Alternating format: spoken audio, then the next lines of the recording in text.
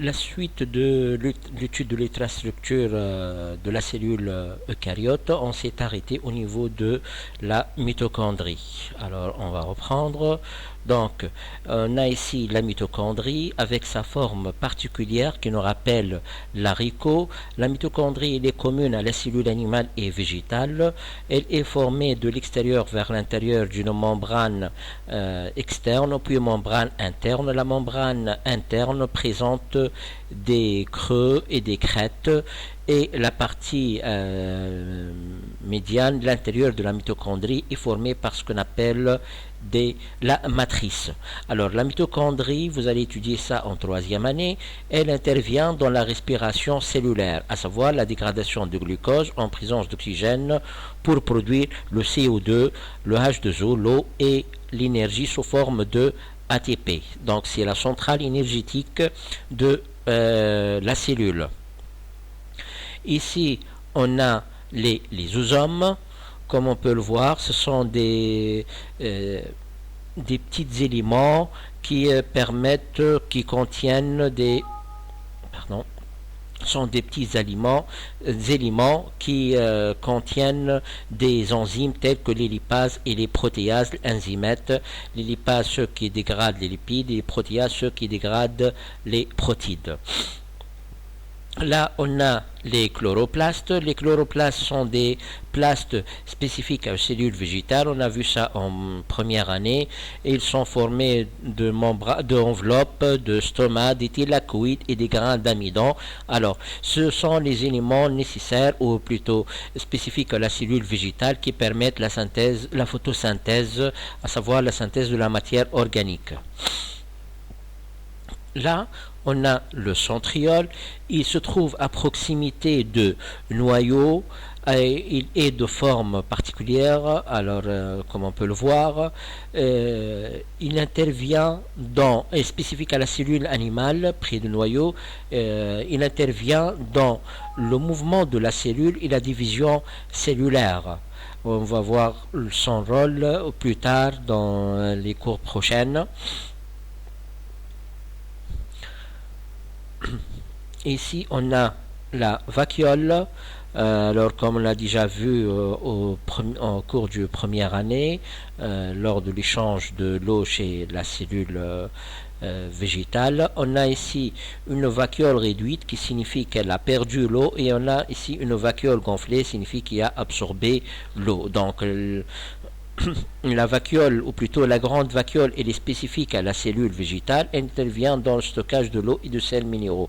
Alors, il faut remarquer que la cellule animale peut présenter des petites vacuoles, ce qui le distingue de la cellule végétale qui présente une grande vacuole. Alors, le cytosol et le cytosquelette. Alors ici on a les cytosquelettes, comme on peut le voir, schéma d'interprétation. Ce sont des éléments qui sont responsables, former des microfilaments qui donnent la forme ou le volume de la cellule. Alors, pour le hyaloplasme, si vous voulez, c'est un constituant de cytoplasme. C'est le milieu dans lequel baignent les organismes cellulaires. Il est formé d'un gel, le cytosol et les cytosquelettes. Donc, si vous voulez, c'est le liquide du cytoplasme.